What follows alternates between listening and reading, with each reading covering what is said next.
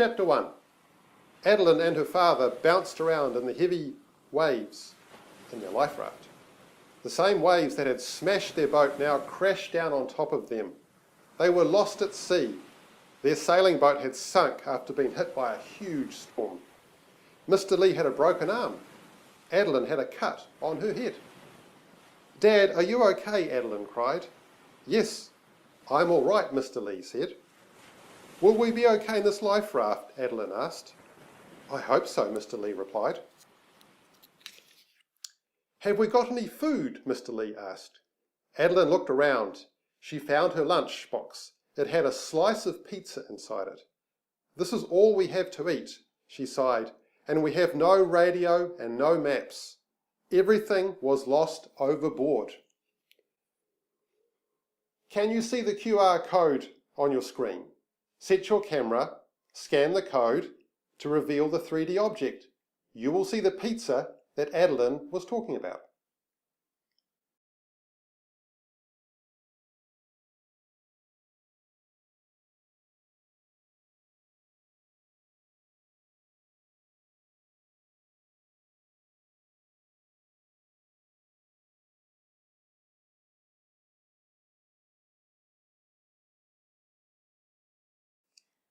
Mr. Lee looked very worried.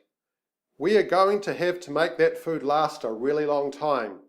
Let's wait until we are starving before we eat it," he said. Just then the life raft was knocked sideways. A huge black fin shot up out of the water. "Oh no, it's a shark!" Mr. Lee cried. 2 more black fins shot up as well. Adeline covered her eyes. "Wait, they're not sharks," Mr. Lee cried. Adeline uncovered her eyes. "Dad, you're right. Sharks aren't black, they're grey." "They're orcas," Mr. Lee cried. "Thank goodness for that," Adeline gasped. The fins dipped back into the water and the whales swam off. Can you see the QR code? Set your camera and scan the code to see the 3D object. You will see the orca that were passing underneath the life raft.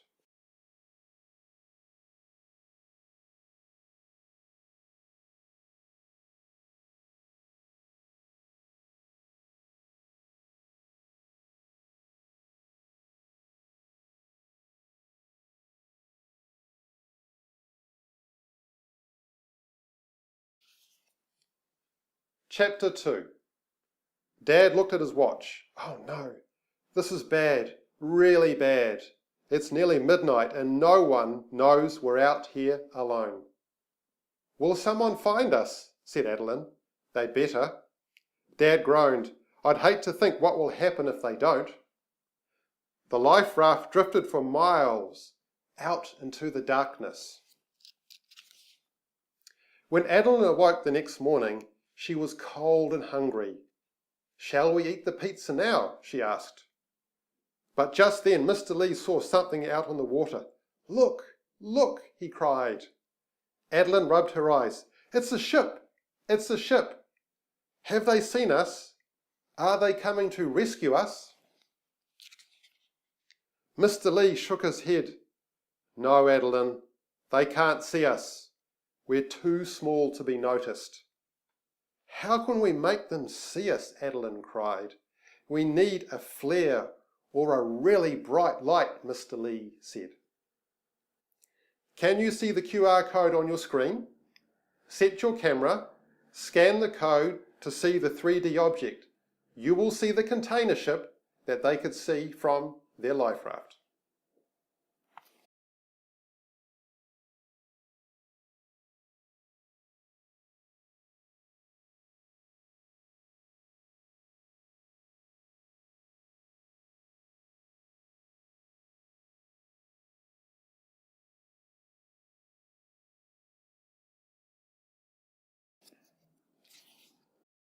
Chapter 3.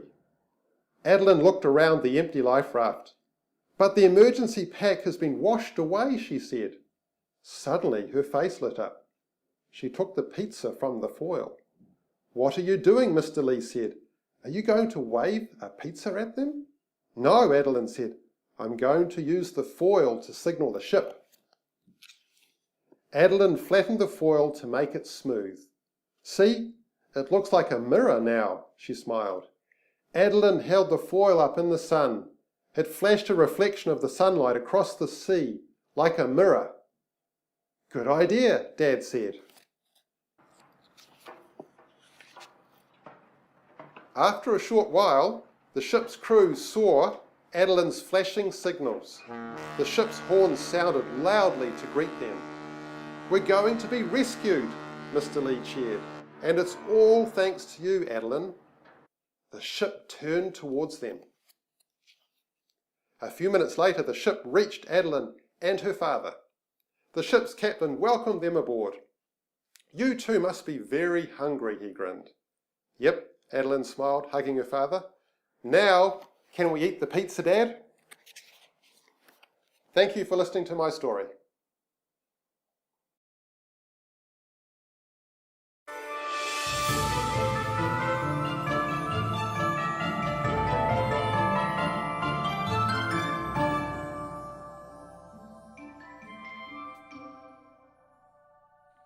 Hello everybody, welcome to episode number 2 of the Cambridge edition of UAE Storytime.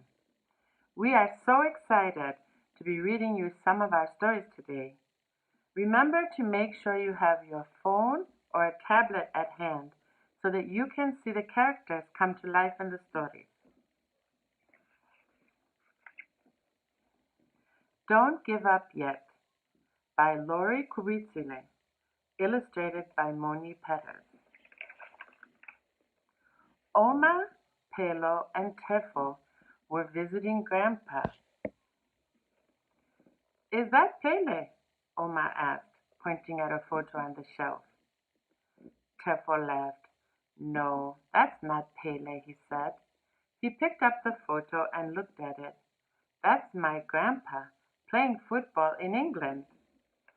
Oma gazed at the photo. His eyes grew wider and wider. Is he playing for Rivertown Wanderers? Did your grandpa play football for Rivertown Wanderers? Grandpa took the photo from Tefo's hands. Yes, I did. I was not always an old man, you know. I can't believe we know someone who played for Rivertown Wanderers, Pelo said. Grandpa was very good, said Tefo. That's where my football skills come from. Grandpa laughed. I think you are right, Tefo.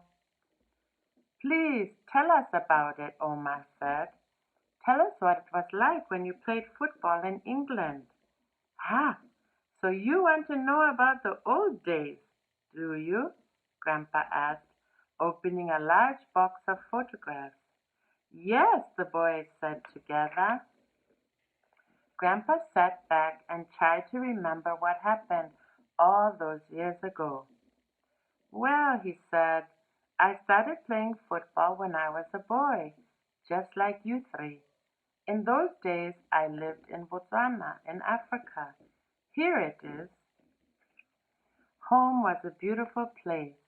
It was warm and sunny nearly every day. I lived with my father and my older sister. My days were full of playing with my friends and helping out at home. When I was about 17, some men came from England. They were looking for good football players, Grandpa said. And they found you, Pelo shouted. Yes, they found me, Grandpa said, laughing. They wanted me to go to England. They wanted me to play for Rivertown Wanderers. I was very excited, Grandpa said. But then I was told that I must fly in an airplane. I had never flown in an airplane before. I was scared. Can you see the QR code? Get your camera and scan the code to see the 3D object come to life in your very own home.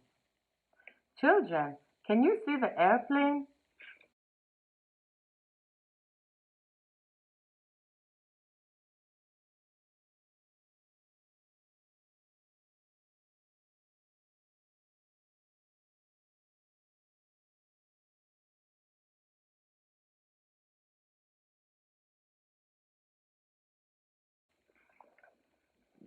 England was very different from my home. It rained a lot of the time. If it did not rain, it was cloudy. Soon I forgot what the sun felt like, Grandpa said. But at least you were playing football for Rivertown Wanderers, Taylor said. Well, yes, I was playing football. At least I was supposed to be playing football, Grandpa said. What do you mean, Grandpa? Tefo asked. I was a striker, but the team already had a striker. He was called Mike, and he was very good. It was hard, Grandpa said. I was new. I had no friends, and Mike didn't want me to play because he liked playing too much. But you needed a chance too. That's not fair, Tefo said. I thought it was unfair as well. I wasn't playing football at all. I was just picking up balls all day, Grandpa said. Children, can you see the QR code? Get your camera and scan the code to see the 3D object come to life in your very own home. Children, can you see the football?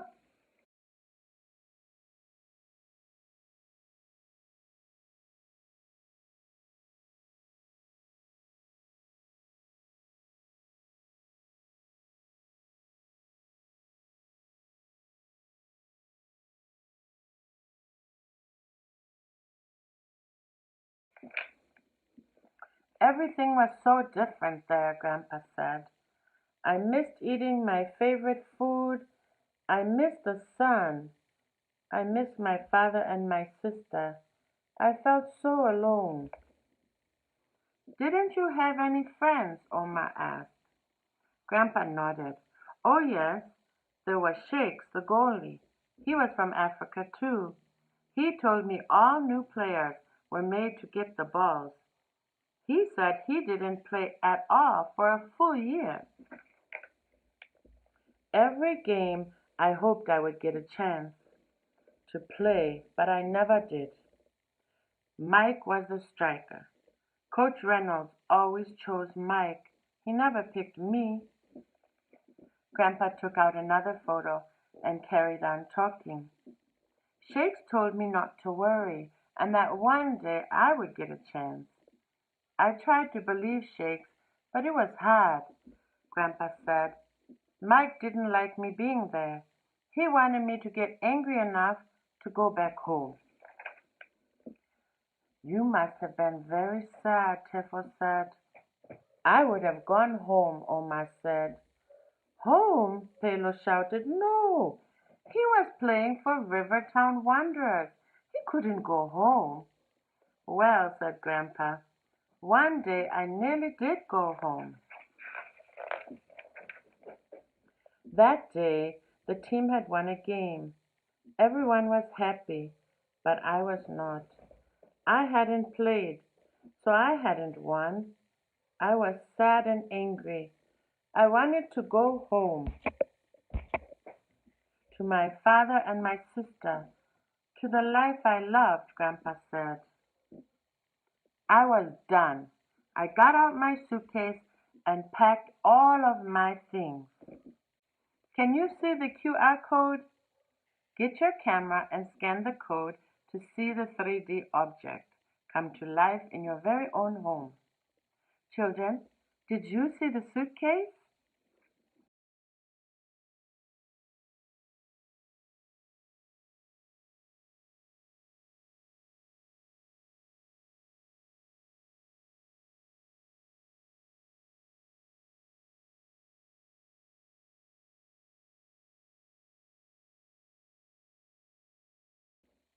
But then there was a knock at my door.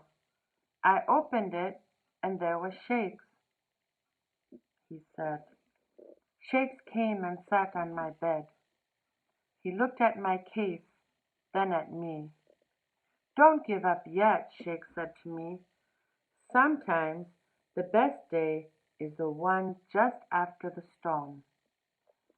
I knew I had to stay then, Grandpa said. In the next game, At halftime, the score was 2-0. We were losing. Then Mike got hurt, said Grandpa. Coach Reynolds came to me. He told me my chance had come at last. I played the second half. And what happened? Tell us, Grandpa, Tifo said. Tell us. I scored 3 goals and we won. I played for 5 more years, Grandpa said. I was the best striker for Rivertown Wanderers. Tell them, Grandpa. Tell them what happened when you went home, Tifo said. They had a parade for me, Grandpa said, smiling. My father and my sister were there, and everyone was so happy. It was the best way to go home, as a hero. You are still a hero, Grandpa, said Tefo. And Oma and Pelo agreed. The end. I hope you enjoyed the story, children.